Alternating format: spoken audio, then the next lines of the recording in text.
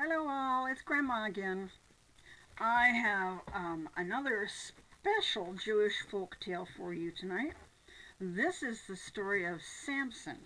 I don't know if you've ever heard about Samson, but he was um, the strongest man in the world until.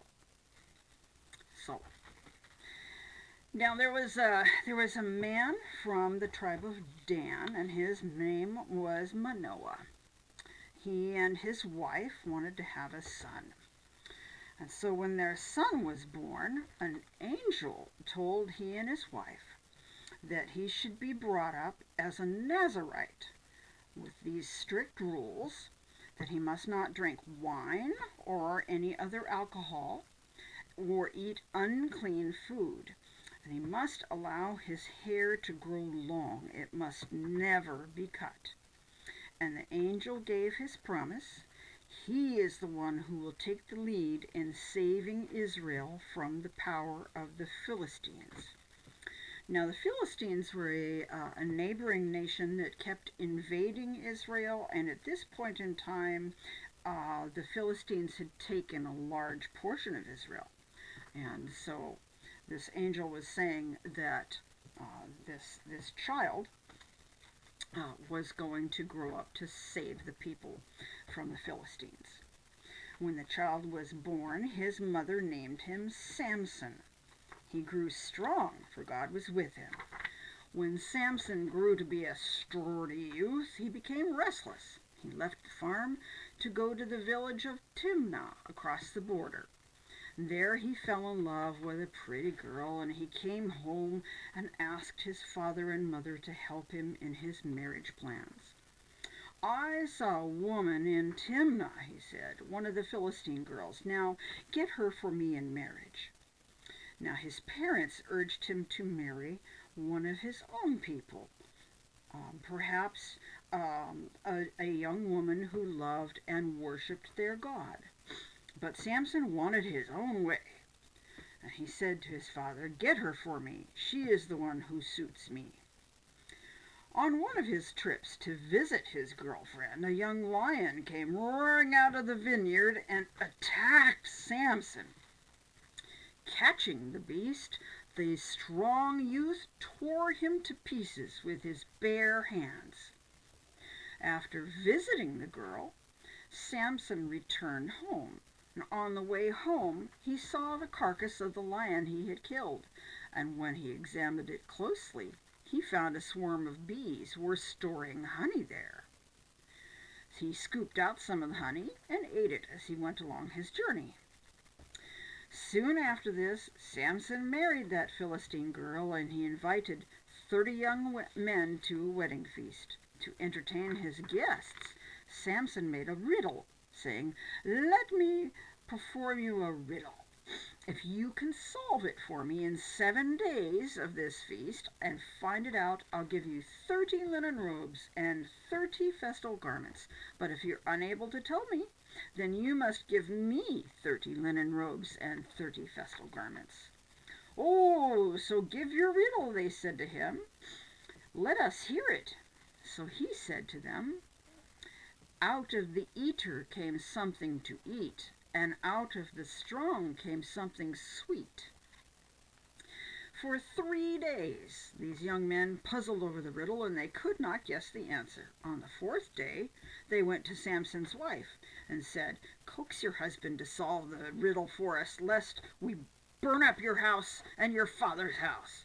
Was it to impoverish us that you invited us here?"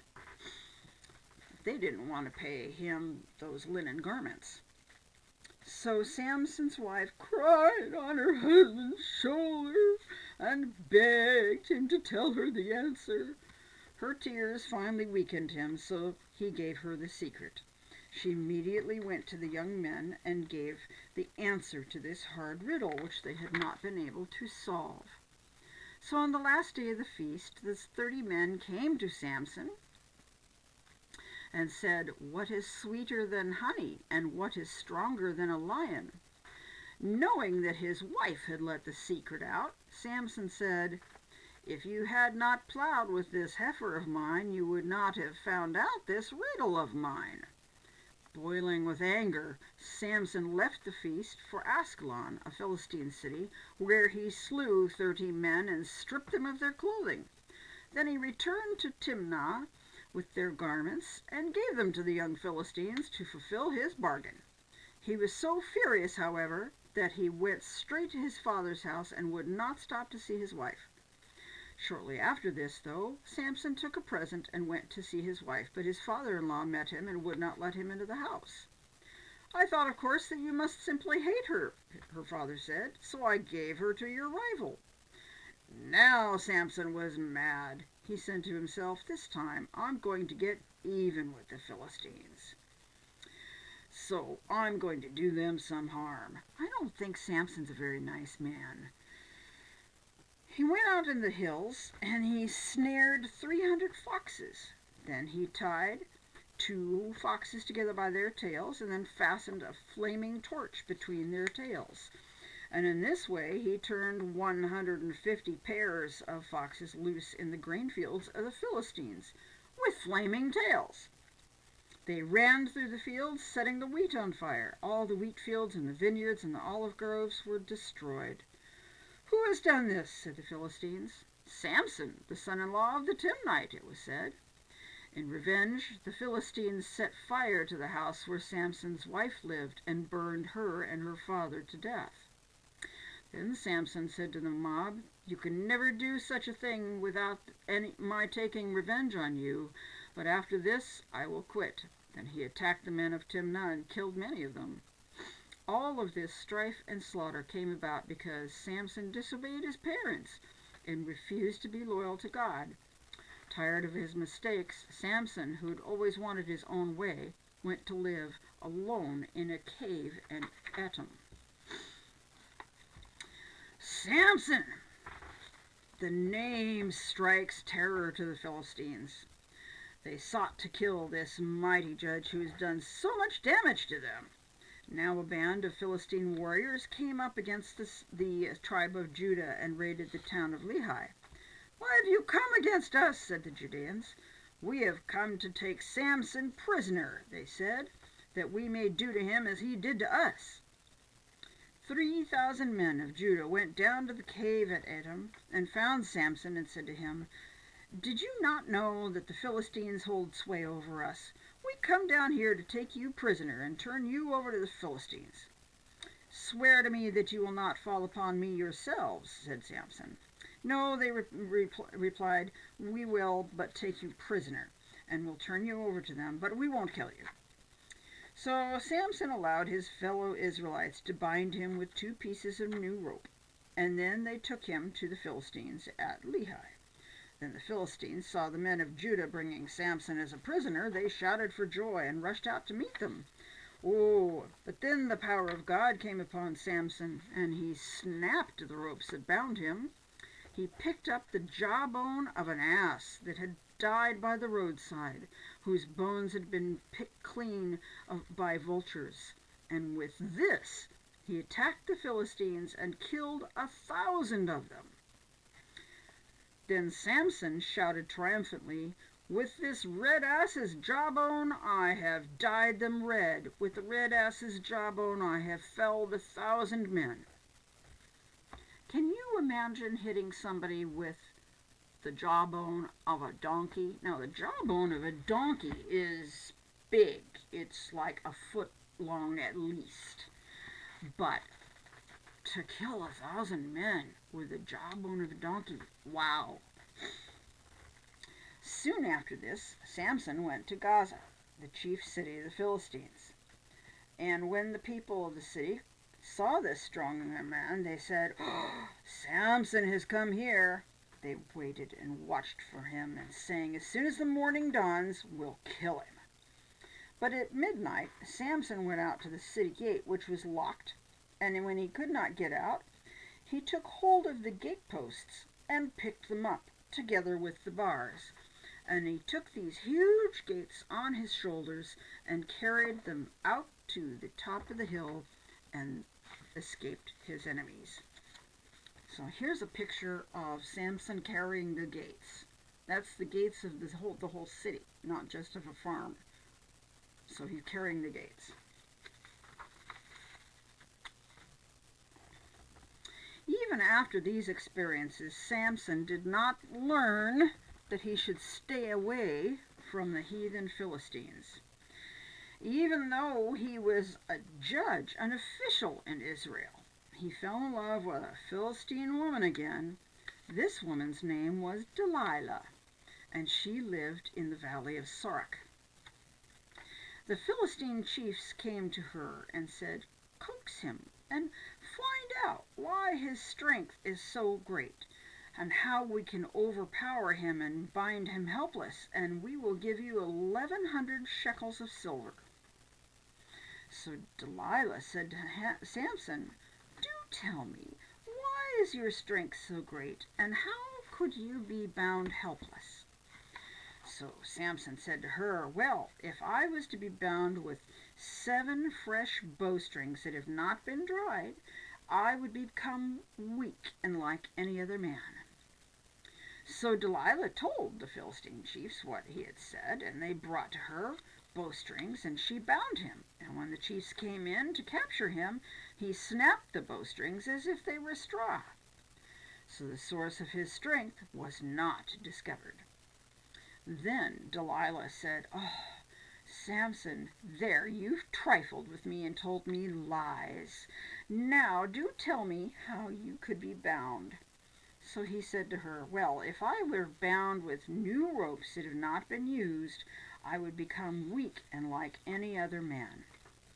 So Delilah took new ropes and bound him with them, and she said to him, "The Philistines are coming, Samson!" And the Philistine chiefs rushed into the room once more, but Samson snapped the ropes as if they were thread, and his enemies could not capture him. The third time, Delilah tried to obtain the secret from Samson, but the third time she failed to find out the secret of his strength. The foolish man should have seen that Delilah was trying to betray him into the hands of his enemies, but he was so infatuated by her charms that he could not think clearly. At last, after much coaxing, he told Delilah the truth. "A razor has never been used on my head," he said to her. "If I were to be shaved, my strength would leave me, and I would become weak and like any other man." Oh, Delilah knew that he had revealed the whole secret to her. And she went to the Philistine chiefs and said, "This time, come up this once, he has told me the secret." And then the chiefs came with the money in their hands to pay her. So, while Samson was asleep, Delilah shaved his head. And then she said, the Philistines are here, Samson." And Samson woke and said, "I shall get off like I've done over and over again and shake myself free." He did not realize that his hair had been cut and his power had vanished. These wicked enemies seized Samson, and they gouged out his eyes. Poor blind giant! Now he was a helpless prisoner, bound with shackles.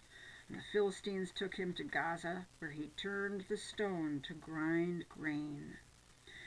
But the hair of his head began to grow.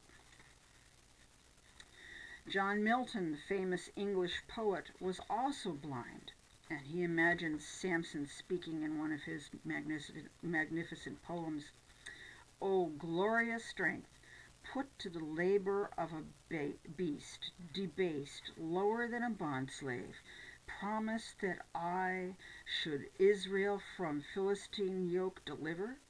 Ask for this great deliverer now, and find him eyeless in Gaza, at the mill with slaves, himself bonds under the Philistine yoke.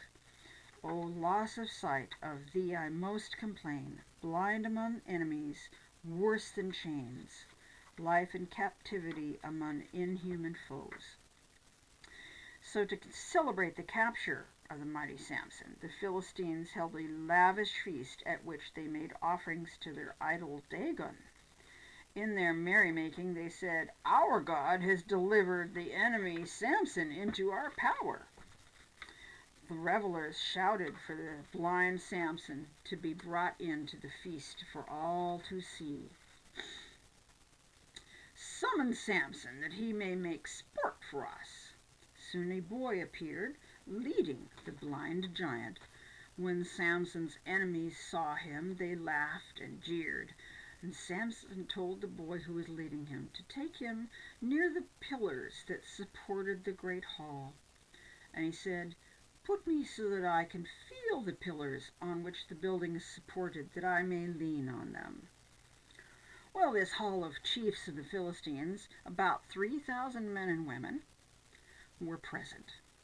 Simon bowed his head and prayed to the Lord, saying, "O Lord God, remember me. Give me strength just this one time to wreak vengeance, just this once, on the Philistines for my 2 eyes." And then, with his terrible strength, because he'd grown his hair back, he braced himself against the 2 pillars which supported the roof of the hall. "Let me die with the Philistines," cried Samson, and with all his might he pulled and pushed, and there was a cracking as the beams snapped. The roof fell with a crash on top of the hall, killing all the people inside. So those that he killed in his death were worth more than those he had killed during his life. Samson's relatives came to Gath for the body of him who had been so strong physically but weak in willpower. They buried him in his family tomb. Samson, who could not control his own desires, had governed Israel for 20 years. What a glorious chapter in the history of his people he might have had if he had been true to his people and their God. Here's a picture of Samson pushing down the pillars that hold up the hall. That's really strong to knock over those stone pillars. So that's another story that it has. It has the bad guys, the Philistines, and it actually has 2 bad women. The girlfriend in the first part, and then Delilah. And the name Delilah, a lot of people associate with this girl who was wicked and talked him into telling her how he could be conquered. And so she cut his hair in his sleep. So we've got the Philistines and the 2 Philistine women and Samson. But then there's all these different times that she asks him for the secret, and he tells her a different lie every time, and finally he tells her the truth. That's another one of those things that comes in a lot of folk tales, is things happening like that. And if I can find one of them, I will go ahead and read that story too. But I think next I'm gonna look for a fairy tale somewhere. So I will see you guys soon, and we'll have some more stories. Good night.